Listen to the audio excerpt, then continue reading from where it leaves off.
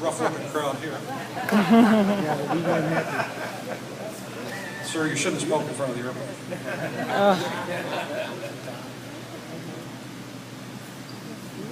Of course, those of us that are young enough or old enough to remember, Oshkosh, before it became Oshkosh, was Rockford. So that was the EA fly-in.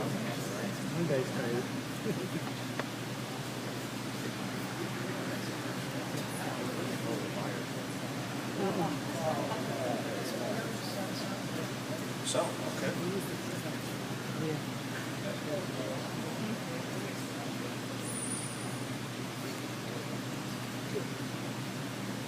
Thought this was interesting. Flew into the Park racetrack. How many airplanes did you fly in there?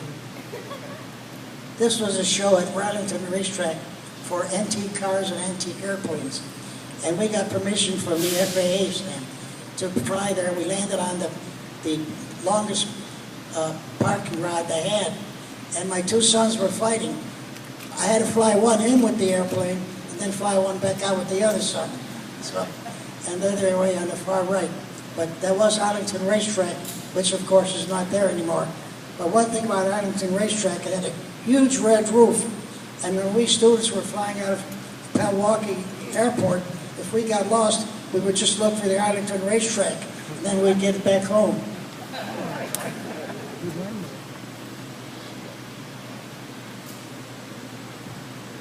We took a step away from the ragwing aircraft and bought an all-metal airplane. The first one. Beautiful 170. Okay, how many folks knew that Lou circumnavigated the United States in the Corbett?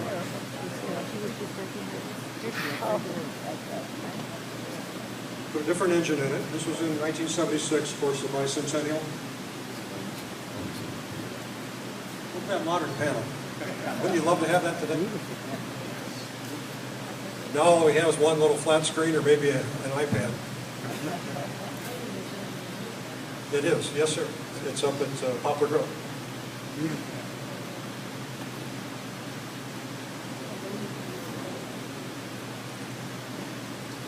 Son presenting an American flag to take with him on the flight.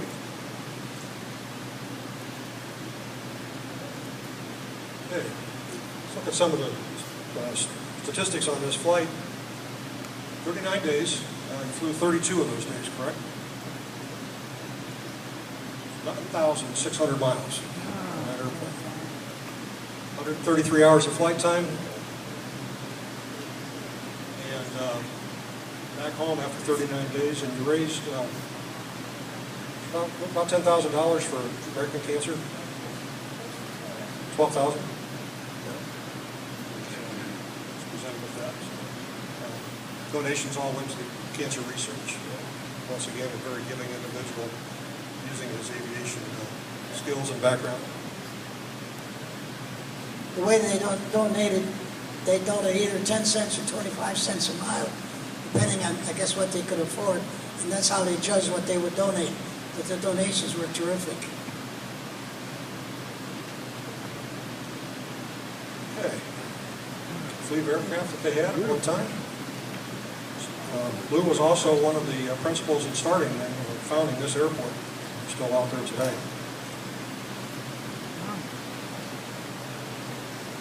Nice to go out and have an airplane sitting in your front yard or backyard, as the case may be. Once again, a family affair with the aviation business. Got very heavily involved in the Civil Air Patrol with his whole family. Cadet exchange program, which was very popular. I've not been in this around, excuse me, been involved in CAP recently, but back in the 70s was a big program. Exchange students from all over, from Israel, England, France. Yes, sir. Civil Air Patrols was an exchange program where we exchanged students from Europe with here in America. And they came from Italy, Germany, Israel, and Switzerland, as you can see. And I tried to get on board as a chaperone to go to England, and I never made it. But my younger son, Salvatore, he got to go, and I don't think he was in that picture, but he was able to go to England and back. But these kids, what we did, we introduced them to gliders, balloons, and of course fixed wing. And they were a joy to behold. And the most interesting thing that came one time we had the biggest crowd. We took them to White Fence Farm for dinner. And every single one of them, to a man, ordered a steak. They said, we don't get this kind of meat in Europe. Helping plan a search and rescue mission. They used Varga Cucina for powered flight. They flew gliders. I'm sorry to keep interrupting you, but these things come up. That Varga Cucina, if you remember the airplane, looks like a miniature AT-6. And many years ago, because I had experience flying it with the CAP, I got a phone call from the manufacturer. Would you like to fly one back from Chandler, Arizona, where it was made? I said, just buy me an airline ticket and I'll go right out there. So I got a chance to go out to Chandler, pick up the airplane. And the funny thing that happened, because I had never flown in the mountains before, but George Varga himself checked me out. He sat in the back seat and I was in the front. Well, the first landing I was going to make in Chandler, Arizona, I got a slap on the back of the head. He used to say, hey, kid, you're not in the flatlines of Illinois. You're in the mountains. This is the way you land this airplane. And he made a side slip and scared the living bejesus out of it. And head for the airport. He said, this is the way you fly in the mountains. It's like a grummet. Side slip in all of Fixed wing, we had gliders, we had balloons. Exposed those kids to all these various aspects of flight. Down at Mattoon, a big fly-in, 25th anniversary. Nice picture of the family. And this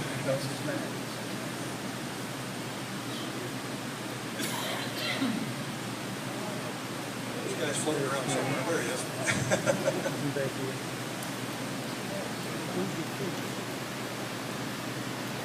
All right. Cubby. Wagabon sport trainer, I guess, is the official name of it. 3 years to build.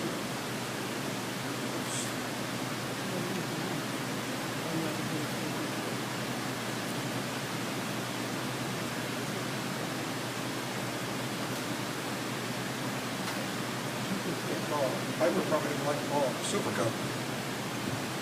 Sam hit it on the head. That's exactly why we had to misspell the name. Because, as you know, Piper owns the name Cub and Super Cub. And we built this Cub because we called it a Super Cub because of electrical system, skylight, we put in shoulder harness. And I don't build an airplane without shoulder harness. Otherwise, Paul Pober-Resman would give you a bad name. So that's why they call it. We got this. We won a prize for a Lindy Award for that way back in, I think it was 82 at Oshkosh. That was a pleasure. But that was a great airplane to fly. Oh, excuse me. We all knew the beloved late Ted Costin, the greatest aviation photographer, and he was a personal friend of mine. And these aerial shots were all by Ted Costin. Oh, that's the Lindy Award that we won back then at Oshkosh. Very prestigious award. I'll go through some of the other projects. They keep it simple. Silly putty airplane.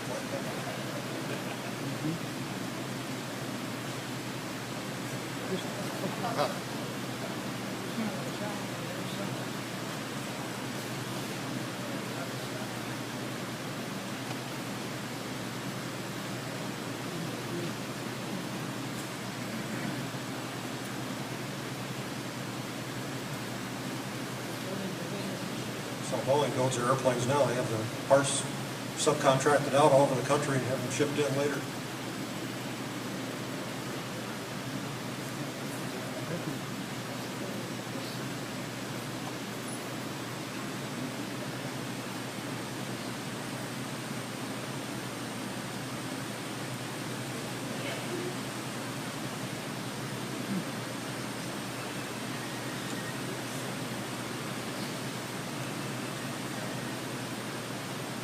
Get a little bit more modern panel.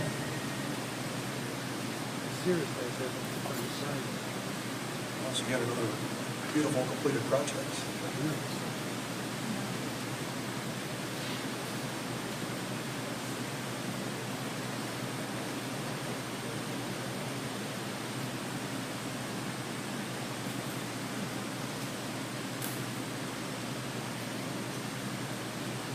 Not only did he build his own aircraft, he helped other folks rebuild their aircraft when Dr. Burns Interstate, before and after.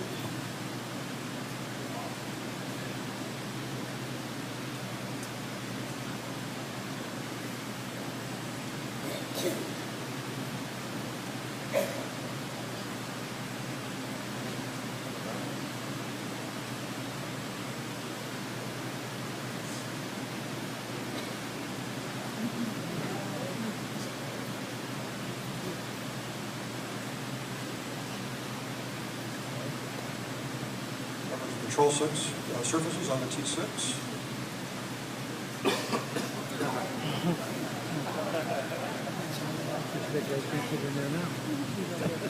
That's my grandson, Christopher. He was, what, about 4 at the time. He's around here somewhere. He's a giant now. Where are you, Christopher? He's hiding. He's hiding on me somewhere. But that was his plane. And, well, that's the pits that we also did for him.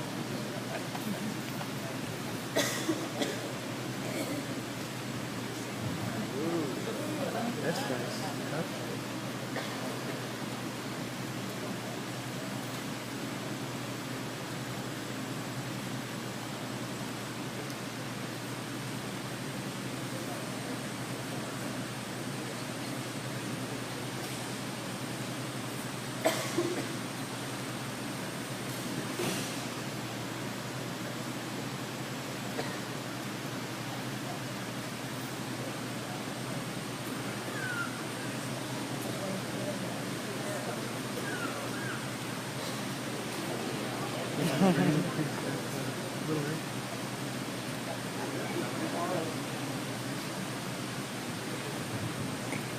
I keep interrupting Sam, but I keep forgetting. For you gentlemen who don't know Captain Chuck Downey, I know you the name President George Bush. George Bush, of course, being president, is recognized in the world as being the earliest naval aviator. Not true. My good friend Chuck Downey was younger than President Bush, and President Bush acknowledged it by sending my friend Chuck a letter admitting that, and Chuck has that posted in his room very happily and signed by President Bush. But Chuck was a great naval aviator flying SBD dive bombers, and his ship, I think it was the Ticonderoga, was hit by kamikazes, but he was here to talk about it. Great pilot and a great friend.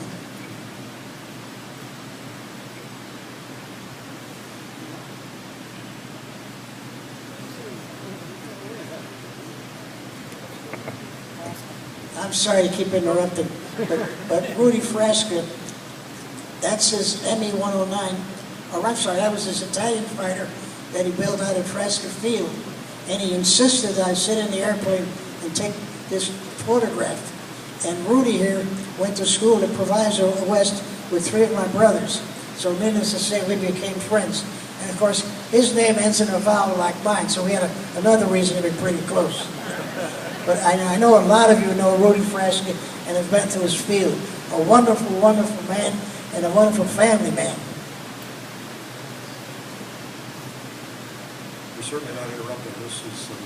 This adds the icing to the cake. I mean, I certainly don't know the history. It's great. Yeah, there he is.